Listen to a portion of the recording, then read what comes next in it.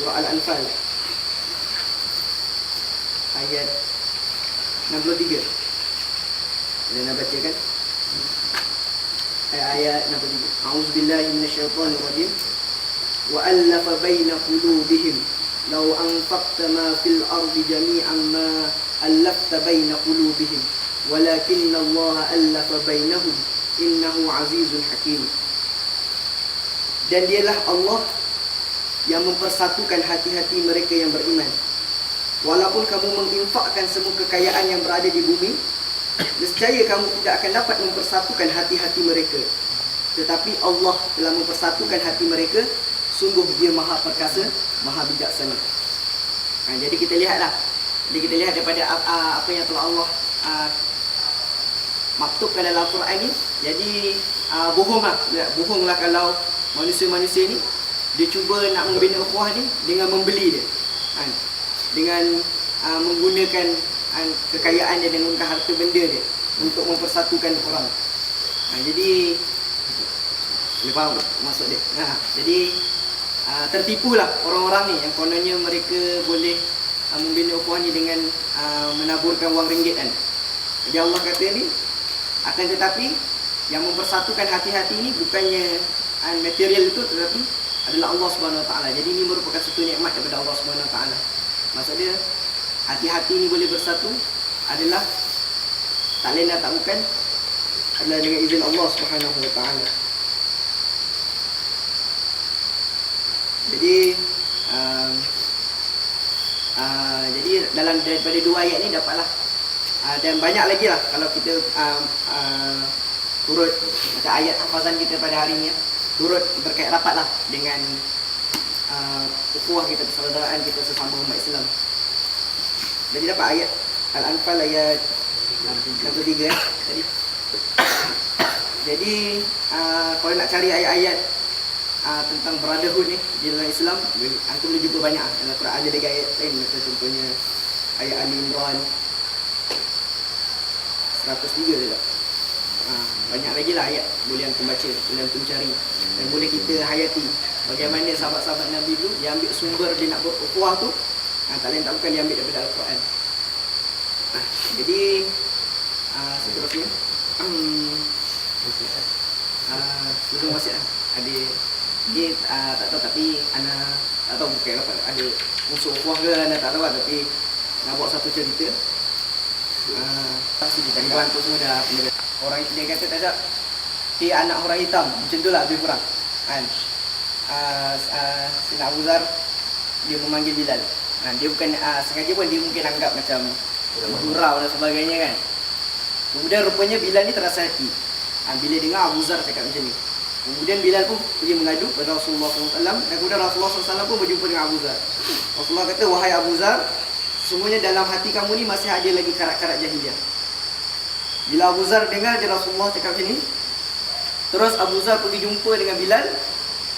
Dekat depan-depan Bilal tu, dia tekupkan muka dia dekat tanah. Dia kata, wahai Bilal, kau pijak muka aku sekarang. Dia kata. Maksudnya nak kata sensitifnya hati dia. Bila Rasulullah cakap macam tu, dia pergi kat Bilal, letak kepala dekat tanah, cakap, Bilal, kau pijak muka aku sekarang. Nak kata betapa dia rasa berdosa ni bila dia telah menyakiti hati sahabat dia. Jadi ini boleh lah kalau yang boleh je. Kawan tu cakap pijak. Jadi bukanlah, jadi kita nak lihat bagaimana sahabat-sahabat Nabi ni hati dia begitu sensitif lah. Bila dia tahu sahabat dia ni mungkin terasa hati dengan dia. Dia mungkin kita ni mungkin jejek kawan kali, sorry kali. Jadi mungkin kita boleh muhasabah balik sejauh mana kita kalau nak dibandingkan dengan sahabat-sahabat Nabi SAW. Jadi anda rasa tu juga sedikit istirahat. Kita berikan awak siap lah. Saya tak tanya sakit perut.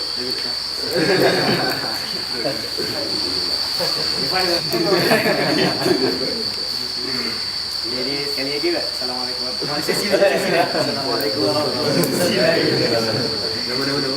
Nama wasiat wasiat. Jadi nama diberi Said Zulfaqar bin Syamul Khair. Dah berkongsi lagi saya berbilang 1992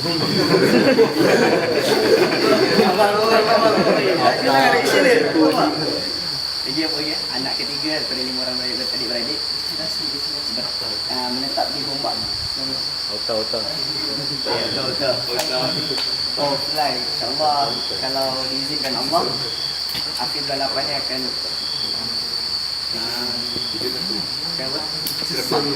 terbang lah. InsyaAllah kalau Allah izin ke Kanada. Kalau ada rezeki. Jadi apa? Wasiat lah. Jadi mengimbau kembali lagi lah. Tadi ketika awal datang ke tele macam biasa lah, sahabat-sahabat lain.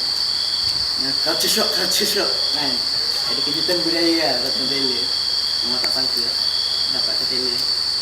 Kemudian Allah izin, alhamdulillah registration hari pertama tu semua. Kemudian berjumpa pertama dengan Dr. Adnan lah di talk macam apa kan sama Yusri Ramadan, persediaan sebelum Ramadan dekat Surau Kasar. Jadi tentu Dr. Adnan usulkan lah untuk buat usrah untuk CPU, dan secara tak langsungnya Ana dilantik untuk mengetahui lah pada untuk mengetahui usrah CPU lah, walaupun Ana tak rasa pun. Tapi kemudian alhamdulillah sejak itu bermula usrah kami di awalnya di main campus lah. Di main campus, kemudian SEM 2 ni pindah ke rumah Ana sendiri lah. Jadi pertama dia nak jadi nak wasiat dulu. Jadi wasiat Ana satu je kepada ekor-ekor semua. Andai ini pertemuan kita yang terakhir, jadi Ana mau berpesan.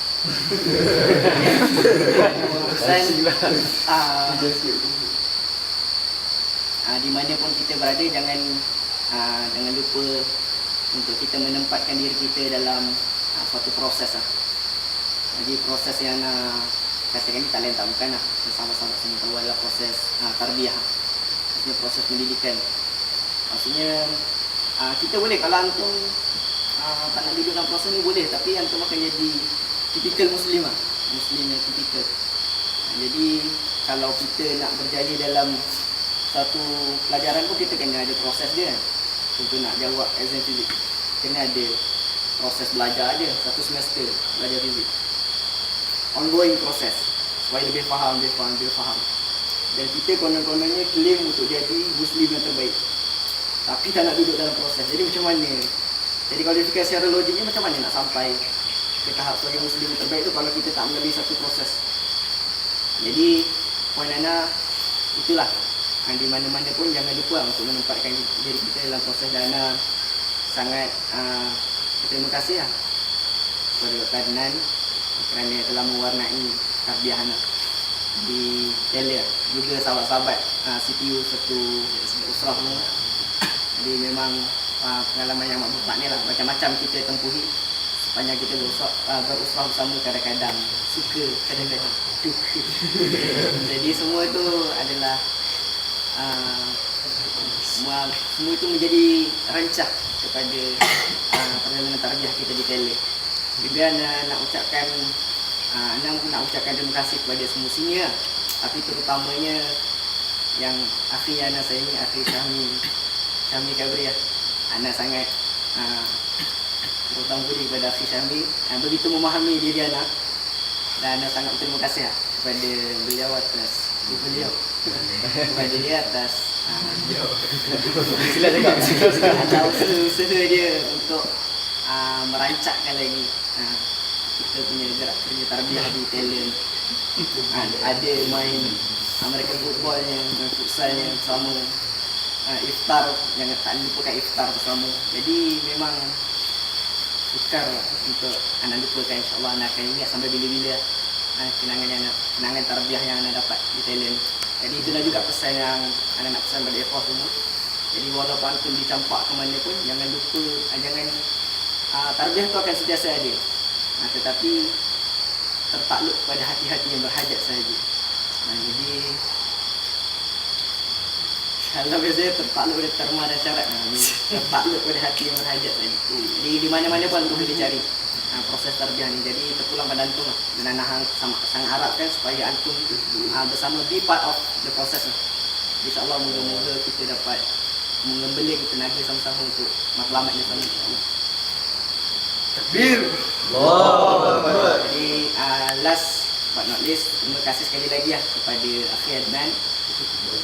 Walaupun kata-kata tidak cukup untuk membalas jasa yang telah diberikan. Ayah. Dan Akhi Adnan dan kedua bagi semua sini lah. Wah. Akhi Mimin masak Mimin. Mana sakit perut mau ke Mimin. Sedang. Semua senior, walaupun senior yang anak sempat CPU anak sempat jumpa pun sahli lah. Terus jumpa time dekat surau dia sempat kejap lah satu malam ni kami, kemudian tak ada. Kemudian senior tak ada tu dia dapat. Lebih kurang itu. Daripada senior lain lah, senior Amri. Tadi sebut nanti ada yang tak sebut, nangis lah. Semua dan kemudian Puan satu surah dengan semua CPU.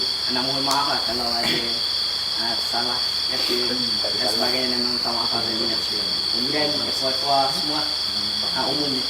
Ya Allah alam, mana rasa itulah kepada Ana. Assalamualaikum warahmatullahi wabarakatuh. Waalaikumsalam. Tapi